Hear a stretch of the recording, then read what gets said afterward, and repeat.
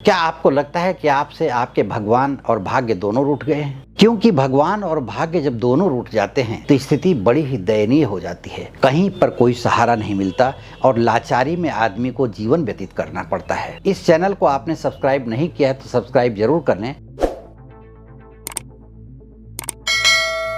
तो इस वीडियो में मैं आपको यही बताने वाला हूँ कि जब भगवान और भाग्य दोनों ही रूठ जाएं तब क्या करें, कैसे उनको मनाएं ताकि वो आपके पक्ष में आ जाएं और आपकी स्थिति अच्छी हो सके। नमस्कार, मैं ज्योतिषी आर्य सोनी पिछले 40 वर्षों से यंत्र मंत्र तंत्र रत्न दान दक्षिणा पूजा पाठ होम हवन जप तप और रुद्राक्ष के द्वारा लोगों की समस्याओं का समाधान करता आ रहा हूँ।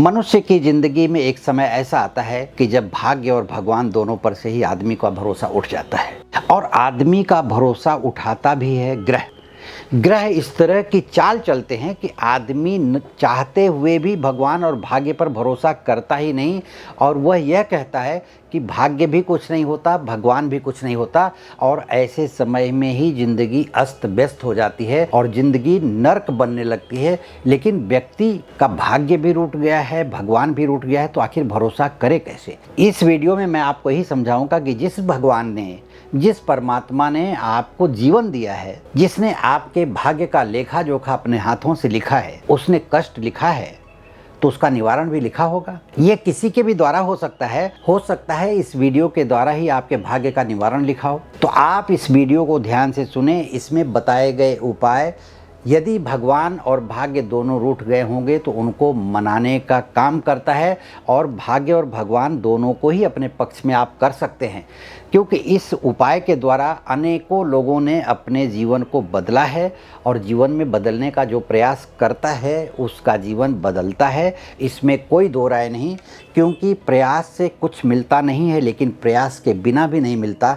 प्रयास करना यानी आप के द्वारा किसी भी प्रकार का उपाय करना, भगवान की भजन करना, भगवान की पूजा करना, लोगों की सेवा करना, यही कर्म है और इन कर्मों के द्वारा आप अपने भाग्य को बदल सकते हैं। तो अब मैं आपको समझाता हूँ कि जब इस तरह की स्थिति से आप गुजर रहे हों तो जन्म कुंडली में उसका कैसे पता चलता है कि हमारा ये समय आ चुका है या आने वाला है या बीत रहा है।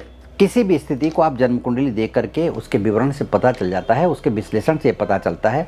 जैसे क्रूर ग्रह की दशाओं में अगर क्रूर ग्रह की दशाएं हैं और ग्रह अच्छे नहीं बैठे हैं, जैसे शनि की महादशा चल रही हो और शनि कर्क का बैठा हो, शनि धनु राशि का बैठा हो, शनि नीच का बैठा हो, तो ऐसे समय में शनि की दशा व्यक्ति के जीवन में भाग्य और भगवान दोनों को ही नाराज कर देती है, क्योंकि व्यक्ति इस तरह का कर्म करने लगता है। राहु है, राहु भी इस तरह का क्या होता है, राहु भी पाप ग्रह है। राहु की दशा जब खराब हो जीवन में या राहु नीच का बैठा हो जन्म कुंडली में या पाप ग्रह के साथ और पाप ग्रह के साथ बैठा हो, राहु तो खुद पाप ग्रह है, अगर वो बैठ जाता है तो आदमी को नास्तिक बना देता है। वो कहता है, मैंने कहते सुना है कि जाने दो, पूजा पाठ से कुछ होता नहीं है, क्या जाऊं मंदिर, इतने दिन पूजा कर लिया, अब क्या करूं, इसके बाद भी हमारा कुछ भला नहीं हुआ। तो देखिए, पूजा पाठ करने से ही आप बच सकते हैं, भगवान की भजन करने से ही आप बच सकते हैं, राहु का उपाय करने से आप बच सकते हैं, शनि का उपाय करने से बच सकते हैं। वो उपाय मैं आपको बताऊंगा, लेकिन मैं आपको समझा रहा हूं कि जैसे जन्म कुंडली में सूर्य और केतु बैठ जाएं एक साथ में, किसी ऐसे घर में बैठ जाए जहां से आपका भाग्य खराब कर दें। चतुर्थ घर में सूर्य और केतु बैठ जाएं तो कौटुंबिक क्लेश, मतलब परिवार में क्लेश पैदा करके भाग्य खराब करता है आदमी। सूर्य केतु भाग्य में बैठ जाए तो भाग्य खराब हो जाता है। सूर्य केतु लग्न में बैठ जाए तो आदमी ऐसा पागलों की तरह से व्यवहार करने लगता है, कुछ का कुछ बोलने लगता है, उसको समझ में नहीं आता कि मेरे इस बोलने का प्रभाव क्या है।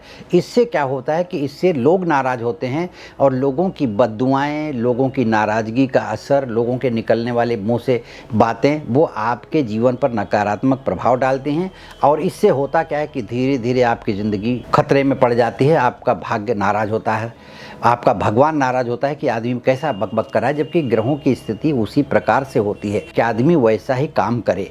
तो अगर जन्म कुंडली में भोगना लिखा है, जन्म कुंडली में कष्ट उठाना लिखा है, जन्म कुंडली में परिवार वालों से दुख लिखा है, संतान से दुख लिखा है, तो आप अपने भाग्य को कोसने के बजाय, अपने भगवान को कोसने के बजाय आप उसका निवारण ढूंढें, क्योंकि भगवान को कोसना ये हल नहीं है। भाग्य को कोसना, भाग्य को दोष देना, भगवान को दोष देना, ये हल नहीं है। हल वो है कि हम कौन सा ऐसा कार्य करें जिससे भगवान भी हमसे खुश रहें, हमारा भाग्य भी हमारे पक्ष में आए।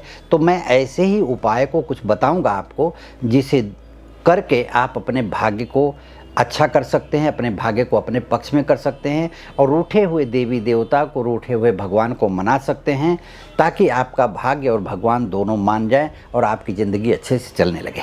अब मैं आपको 3 महत्वपूर्ण उपाय बताने जा रहा हूं, जिसमें से कोई भी एक उपाय करके या तीनों उपाय करते हैं तो बहुत ही अच्छा होगा और आपके रूठे हुए भगवान तथा भाग्य भी आपसे मान जाएंगे। तो सबसे पहला उपाय मैं आपको बताता हूं, चक्री शालिग्राम।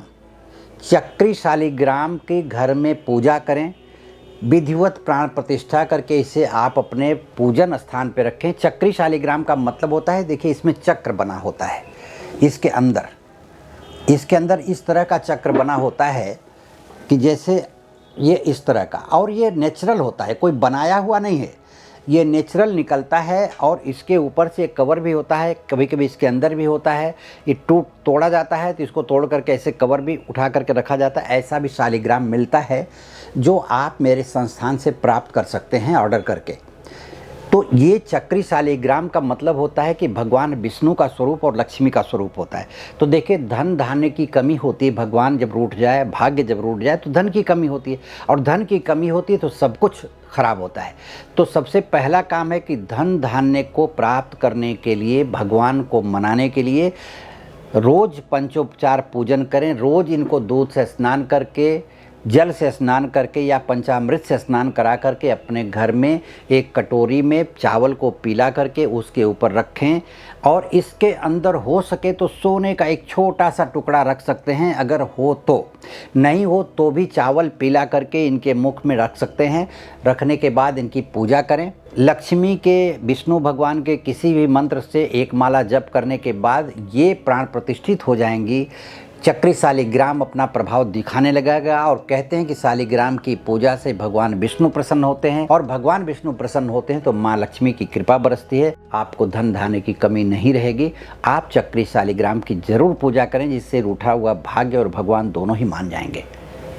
दूसरा उपाय है कि भगवान शनि के कारण भी भाग्य रूठता है, जैसा मैंने बताया है। तो सरसों का तेल कटोरी में या जैसे भी ले करके उसमें अपना पूरा चेहरा ध्यान से देखें। जब उसमें चेहरा दिखने लगे, उसे में काला तिल डाल करके ले जा करके शनि भगवान के पास चढ़ाएं, या शनि भगवान की मूर्ति कहीं न हो तो पीपल के पेड़ के नीचे जा करके चढ़ा दें। इस क्रिया से भी आपके भाग्य आपके पक्ष में आएंगे और उठे हुए भगवान आपके मान जाएंगे।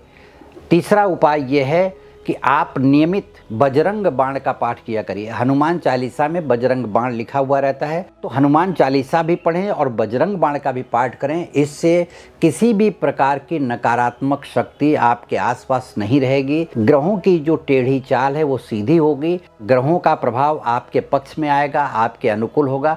आप किसी भी प्रकार की चिंता से मुक्त हो जाएंगे और आपका जीवन अच्छे से बसर होने लगेगा।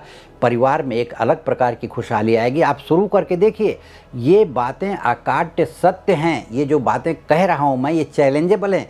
इनका काम, इस उपाय को करके आप देखिए। अगर भाग्य नहीं बदला तो आप भगवान को दोष कैसे दे सकते हैं? आपका भाग्य नहीं बदला तो आपके अंदर कमी है। आप कुछ अपने मन में नेगेटिव सोच रहे हैं, और नेगेटिव सोचने का सिर्फ एक कारण होता है कि ग्रहों का नेगेटिव प्रभाव। इसका मतलब जब भी आपके अंदर नकारात्मक ऊर्जा प्रवेश करती है, नकारात्मक ऊर्जा संचार करती है आपके अंदर, तो भगवान के प्रति, पूजा पाठ के प्रति, परिवार के प्रति या अच्छी बातों के प्रति आपका दृष्टिकोण नकारात्मक हो जाता है, और वहीं से आपका भाग्य पता चलता है कि आपका भाग्य रूठ रहा है।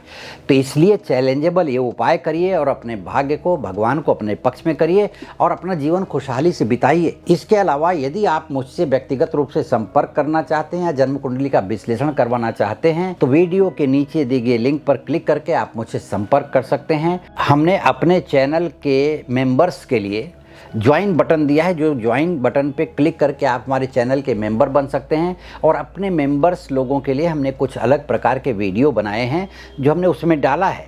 अगर आप मेंबर हैं तो अपनी जन्म कुंडली का विश्लेषण स्वयं कर सकते हैं और आपको ये पता चल सकता है कि हमारी जन्म कुंडली में कौन सा ग्रह कहाँ बैठा है, क्या प्रभाव दे रहा है और उसका समय पर क्या उपचार करना चाहिए। तो आप मेंबरशिप ज्वाइन करके ये इसका लाभ उठा सकते हैं।